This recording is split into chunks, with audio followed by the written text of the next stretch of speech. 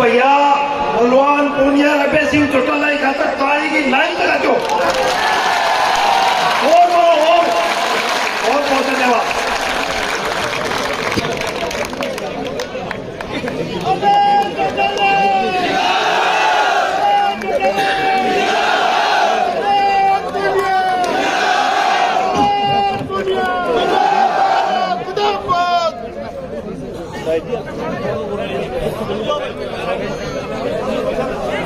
बहुत ही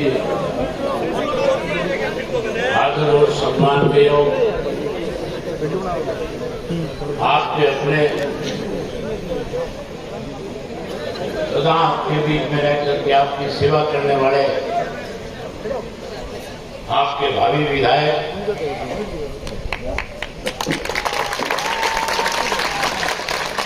श्री बलवान पूनिया जी मंच पे मेरे साथ बैठे हुए मंच आसीन सभी नेतागण, आज की इस विजयी सभा में आए हुए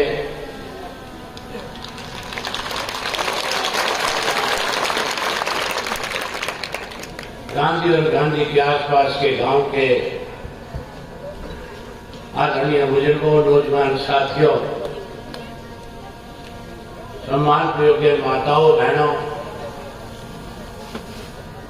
भारत वर्ष के उज्जवल भविष्य प्यारे बच्चों,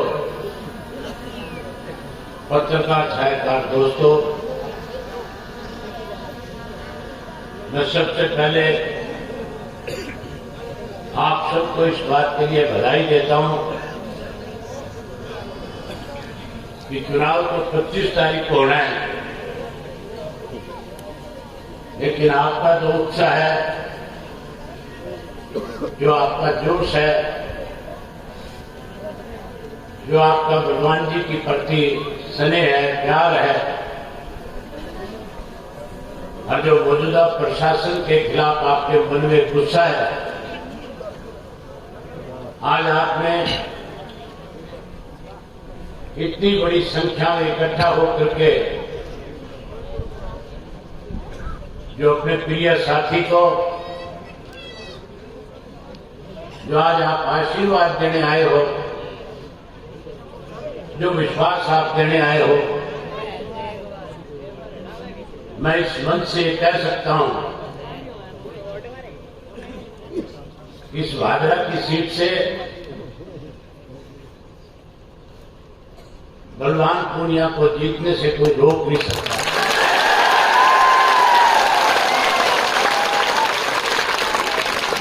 जो आपका स्नेह है, जो विश्वास है, और जिस तरह से 5 वर्ष में जैसे आपने पहले के ऊपर अपना विश्वास व्यक्त किया था, और उस 5 वर्ष में न केवल भादरा विधानसभा क्षेत्र की बात विधानसभा में रखी, यहाँ लोगों की क्या कठिनाई थी, क्या दिक्कत थी, किन हालात से लोग गुजरते थे, कितनी बुरी हालत सड़कों की हुआ करती थी, पीने के पानी और खेत के पानी की दिक्कत और किल्लत हुआ करती थी, जहां आपकी आवाज को बुलंद विधानसभा में किया, वहीं प्रदेश और देश के किसान की आवाज भी विधानसभा में उठा करके किसान को एक मजबूती और ताकत देने का काम किया। मुझे याद है साथियों, जब कोरोना का काल खत्म हुआ था और किसान आंदोलन जब शुरू हुआ था, तो पंजाब के किसान जब पंजाब से आंदोलन चलाते चलाते हरियाणा की तरफ बढ़े,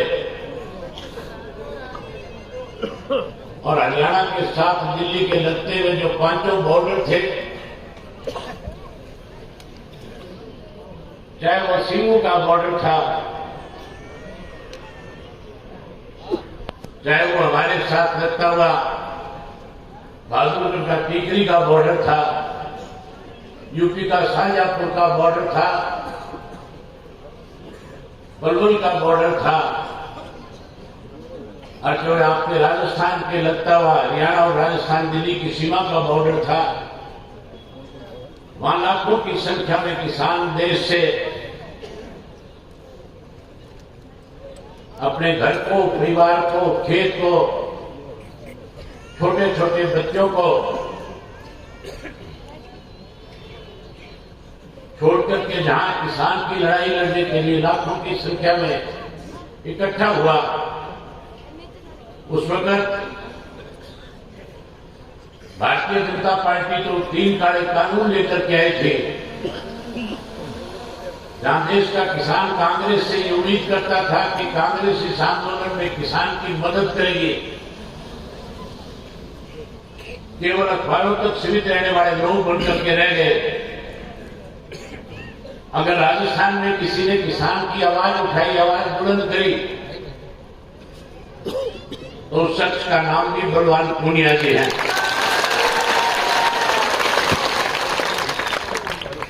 हरियाणा में अगर उस आंदोलन को सबसे ज्यादा ताकत देने का काम किया, 16 फरवरी का दिन था, पंजाब के किसान हरियाणा की तरफ बढ़ रहे थे। हमने अपनी पार्टी की मीटिंग बुलाई और मीटिंग बुला करके उसमें फैसला किया कि बिना किसी बैनर, बिना किसी झंडे पंजाब, राजस्थान, उत्तर प्रदेश, मध्य प्रदेश से जो किसान बॉर्डर पे आए, हमारी पार्टी का एक एक कार्यकर्ता सामाजिक कार्यकर्ता के रूप में इस आंदोलन का हिस्सा बनकर के बाहर से आए हुए किसान की मदद करने का काम करेगा। जहां हमारे लाखों कार्यकर्ता ने वॉलंटियर के रूप में लड़ाई लड़ी, वहीं एक समय ऐसा भी आ गया था जब मैं अपने हजारों साथियों के साथ दिल्ली के टिकरी के बॉर्डर पे गया और वहां उस आंदोलन का हिस्सा बने हुए जो किसान नेता थे, उन्होंने मेरे सामने एक प्रस्ताव रख दिया और कहा कि अगर आज चौधरी देवीलाल हमारे बीच में होते तो आज इस आंदोलन की रूपरेखा अलग होती। वो आज कोई बड़ा निर्णय करके इस आंदोलन को और मजबूत करते थे। मैंने उन्हें उसी वक्त विश्वास और भरोसा दिलाया कि इंडियन नेशनल लोकदल पार्टी का एक एक कार्यकर्ता आपके बीच में रह करके इस आंदोलन को ताकत दे रहा है, वहीं आप निश्चिंत रहो, ये आंदोलन मजबूत हो, किसान के साथ न्याय हो, काले कानून खत्म हो। इसके लिए कोई बड़ा निर्णय भी अगर हमें लेना पड़ेगा, हम उससे पीछे नहीं हटेंगे। और मैंने उसी वक्त प्रेस के लोगों को बुला करके कह दिया कि या तो 26 जनवरी तक काले कानून खत्म हो जाएंगे, अन्यथा 27 जनवरी को जाकर के विधानसभा से इस्तीफा देकर के इस किसान आंदोलन में किसानों के बीच में बैठ करके इनकी लड़ाई लड़ने का काम करेंगे। 26 जनवरी को काले कानून तो खत्म नहीं हुए, लेकिन उस आंदोलन को तोड़ने के लिए साजिश रची गई। देश के प्रधानमंत्री की तरफ से 26 जनवरी को सोशल मीडिया में इस किस्म की खबरें फैलाई कि खालिस्तानी आकर के लाल किले के ऊपर जहां कब्जा कर लिया, वहीं तिरंगे का अपमान करने का काम किया है। लोगों के अंदर इस किस्म का माहौल पैदा करने की कोशिश करी गई, इस आंदोलन को तोड़ दिया जाए, कमजोर कर दिया जाए, साजिश के तहत इसको खत्म कर दिया जाए। मुझे 26 तारीख को रात को बहुत सारे नेताओं के फोन आए, जहां हरियाणा से नेता थे, भाजपा के, कांग्रेस के, अन्य दूसरे राजनीतिक दलों के लोगों ने जहां मुझे फोन करके कहा कि अब आपके इस्तीफे का कोई फायदा नहीं होगा। मैंने उन नेताओं से एक ही बात कही कि अगर तुम सही मायने में किसान के हितैषी हो, अगर तुम चाहते हो किसान के साथ न्याय हो, ये 3 काले कानून खत्म हो, तो फिर आप लोगों को भी इस्तीफा देकर के मेरे साथ इस आंदोलन को मजबूत करना चाहिए। मैंने 27 को इस्तीफा दिया और मेरे इस्तीफे के बाद जिस आंदोलन को तोड़ने की साजिश रची जा रही थी, वहां लोगों का विश्वास आंदोलन के अंदर राजनेताओं के प्रति बढ़ने लग गया। जहां हमने लड़ाई लड़ी, वही आपकी लड़ाई को अगर सबसे ज्यादा मजबूती ने किसी राजनीतिक पार्टी ने ताकत देने का काम किया तो कम्युनिस्ट पार्टी थी, जिसका एक एक नेता उस आंदोलन का हिस्सा था। आज समय आपके विधानसभा के चुनाव हो रहे हैं। मैं भी रोजाना राजस्थान के विधानसभा के चुनाव में क्या हो रहा है इस बात पे बारीकी से नजर रखे हुए हूं। हमारे हरियाणा के साथ रास्ता और राजस्थान का बहुत लंबा बॉर्डर है। 60 से ज्यादा ऐसे विधानसभा क्षेत्र है जहां हरियाणा के लोगों के राजनीतिक संबंध, सामाजिक संबंध, पारिवारिक संबंध राजस्थान के लोगों के साथ है। रोजाना मेरा उन लोगों से बातचीत के जरिए इस बात का पता करता हूं कि किस किस्म के हालात आज प्रदेश में है, कौन सी पार्टी कल आने वाले समय में सत्ता पे काबिज होगी। मुझे नहीं लगता कि राजस्थान में भारतीय जनता पार्टी या कांग्रेस फिर से सत्ता में आ सके। हालात इस किस्म के हैं कि आने वाले समय में जो इंडिपेंडेंट्स जीत करके आएंगे, जिन्हें लोग अपना नेता चुन करके भेजेंगे, जिनमें विश्वास व्यक्त करेंगे, वो लोग अपनी मनचाही सरकार बनाने का काम इस प्रदेश में करेंगे। और उस सरकार में सबसे बड़ा रोल मैं ये मान के चलता हूं कि बलवान पूनिया जी का भी हो सकता है। इन्होंने पिछले 5 वर्ष में जहां आपकी सेवा करी, जहां आपके बीच में रहे, जहां आपके सुख दुख के साथी बने, आप इनके ऊपर उसी तरह से विश्वास करके एक बार फिर राजस्थान की विधानसभा में भेजो, ताकि आने वाले समय में इस इलाके का और ज्यादा विकास हो सके। मुझे गांव के सरपंच साहब नंदलाल जी कह रहे थे कि जब चौटाला साहब की हुकूमत हरियाणा प्रदेश में थी 2000 से 2005 में, जब वो मुख्यमंत्री थे,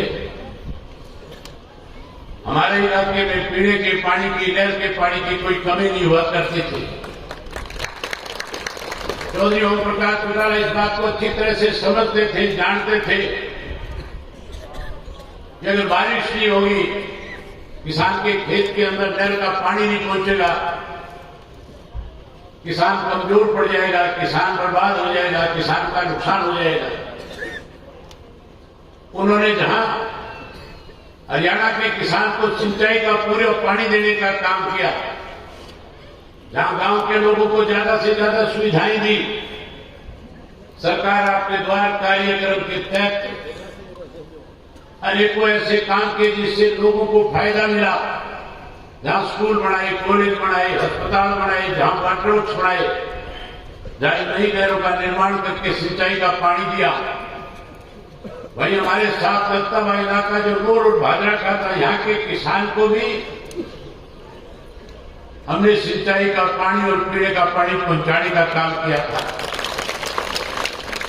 अब फिर हरियाणा प्रदेश में उसी किस्म के हालात हैं। वहां लोग आज की मौजूदा जो हमारे प्रदेश की सरकार भाजपा और जनता की, उससे दुखी है, परेशान है, उसको बदलना चाहते हैं। वही कांग्रेस को भी सत्ता से दूर करना चाहते हैं। आपने देखा था पिछला जो बाई इलेक्शन मेरा था, उस बाई इलेक्शन के अंदर मेरे खिलाफ पूरे देश के राजनीतिक लोग इकट्ठे हो रहे थे। कांग्रेस, भाजपा, जनता, छोटे मोटे और राजनीतिक दल भी। अगर मेरे साथ कोई राजनीतिक दल मजबूती के साथ खड़ा था, कोई राजनीतिक व्यक्ति मेरे साथ मजबूती के साथ उस चुनाव में था, अगर किसी ने सबसे ज्यादा ताकत मेरे को वहां देने का काम किया, तो शख्स का नाम भी चौधरी बलवान पूनिया है। आज 22 किस्म के हालात है कि आने वाले समय में फिर 2024 में जब चुनाव होगा, इंडियन नेशनल लोकदल पार्टी प्रदेश में सत्ता में आएगी, जहां हम वहां सत्ता में आएंगे वहीं आपको फिर पानी पूरा का पूरा देने का काम करेंगे, किसी किस्म की कोई कमी नहीं रहने देंगे। आज आपके बीच में कुछ बहरूपे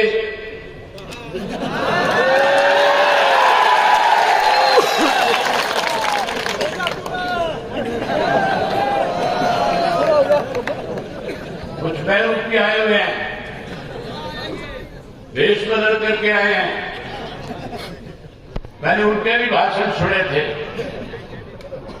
बड़ी हैरानी की बात है, कहते हैं 25 तारीख को बात देख लेंगे। मुझे लगता नहीं, मैं तो भगवान जी से भी कह रहा था कि आप उनका नाम मत दिया करो।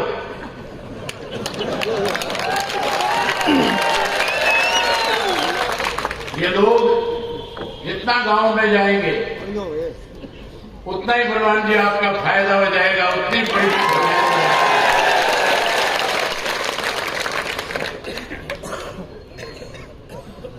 यहां पे तो तुम देख लेना, मेरे यहां तो बड़े बड़े नहीं सकते। पड़ोस में रहते हो, आपने देखा होगा, रिश्तेदारों से सुना भी होगा। मैंने बहुत समय से पहले ऐसे लोगों का इलाज करके छोड़ दिया है। बहरूपियों का इलाज करो, जो बहरूपियों को बुला करके लाए उनका भी इलाज करने का काम करना है। आज गांधी में इतनी लंबी लिस्ट थी, जब पढ़ी जा रही थी, लोगों के नाम लिए जा रहे थे जो स्वागत के लिए आए हुए थे। मैं सरपंच साहब से पूछ रहा था, ये सारे लोग आपके गांव के हैं? सरपंच साहब ने बताया कि हमारे गांव के ही हैं। मैं गांधी गांव को इस बात के लिए बधाई देता हूं, जहां आपने भगवान जी का स्वागत किया,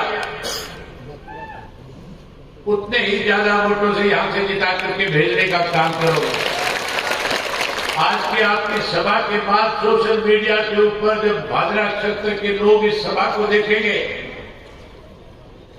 हर आदमी इस बात का फैसला करेगा, हर आदमी इस बात को सोचने पे मजबूर हो जाएगा कि जब गांधी गांव ने फैसला कर दिया तो हमें और ज्यादा मतों से जिता करके भेजना चाहिए ताकि हमारी ताकत बढ़े। आप काफी लंबे समय से बैठे हो, बलवान जी ने भी आगे जाना है। मैंने जहां भगवान जी अपनी पार्टी के एक कार्यकर्ता की जिम्मेवारी आपके नॉमिनेशन से पहले गांव में जाकर के लगाई, जहां एक पार्टी के कार्यकर्ता ने अपना चुनाव समझ करके आज आपके बीच में आपके चुनाव के अंदर अपनी जिम्मेवारी निभाने का काम कर रहे हैं। वहीं मैं इन कार्यकर्ता साथियों को फिर कहना चाहूंगा कि 25 तारीख तक जब तक चुनाव नहीं हो जाए, एक एक वोट नहीं डल जाए, आप अपने घरों को वापसी नहीं करेंगे। एक एक वोट करा करके अपनी जिम्मेवारी को पूरे अच्छे तरीके से निभाने का काम करोगे। वहीं जहां मेरी जरूरत आप समझोगे,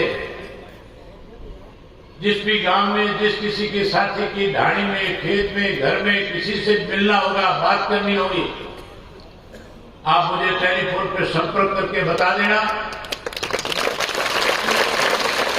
उसके बाद मेरी जिम्मेवारी होगी, मैं अपने आप उस तक पहुंचूंगा। कैसे उस साथी को आपके साथ जोड़ा जाए, उसके लिए अपनी तरफ से हर संभव प्रयास करने का काम करूंगा, उसको जोड़ने का काम करूंगा। जहां हम अपनी जिम्मेवारी निभाएंगे, वही चुनाव केवल आज की तारीख में सबसे बड़ी दिक्कत चुनाव में एक और है। पहले तो चुनाव में लोग वोट डाल करके चुनाव को जिताने का और ताकत देने का काम करते थे। आज साधनों की गिनती भी होती है। आज लोग ये दिखावा भी करते हैं किसके कितने साधन घूम रहे हैं, साधनों की कमी ना पड़ जाए, किसी किस्म की चुनाव में दिक्कत ना आए। परमात्मा ने आपको सब कुछ दे रखा है, आपके कार्यकर्ता दिन रात आपकी मदद में लगे हुए हैं। लेकिन मैं भी अपनी एक जिम्मेवारी समझता हूं। हर आंदोलन बिना सबके सहयोग के बिना नहीं लड़ा जा सकता।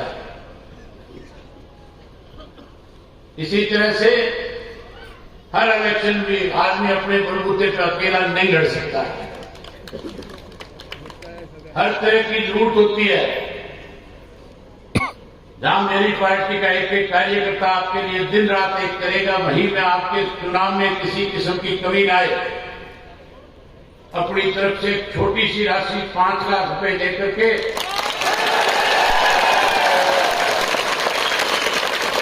आपका चुनाव मजबूती के साथ करा जाए। किसी भी किस्म की आपको कमी लगे, मुझे आज ये आप याद कर लेना। जहां भी होऊंगा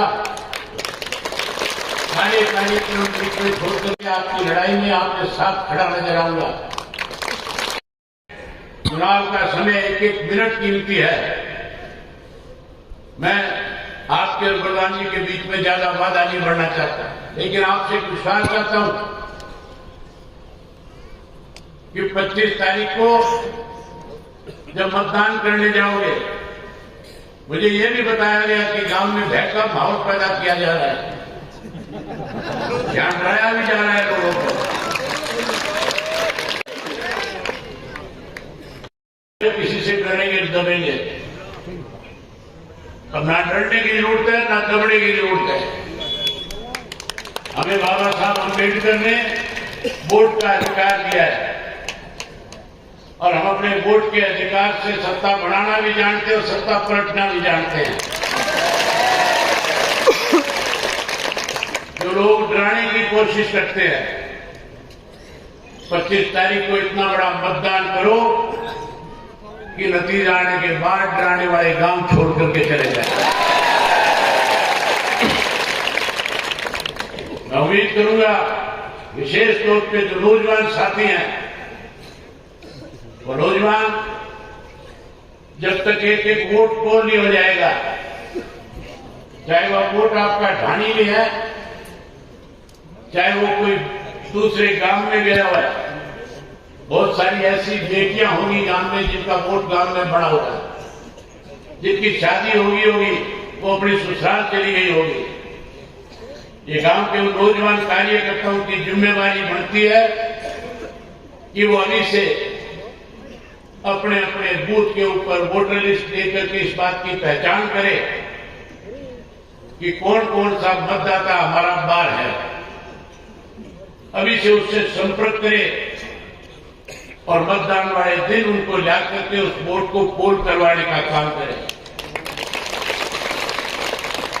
मैं उम्मीद करूंगा कि एक एक वोट पोल करा करके और बलवान पूनिया जी को ज्यादा से ज्यादा मतों से जिताने का काम करोगे। जिता दोगे नहीं जिताओगे? बहुत धन्यवाद आपका।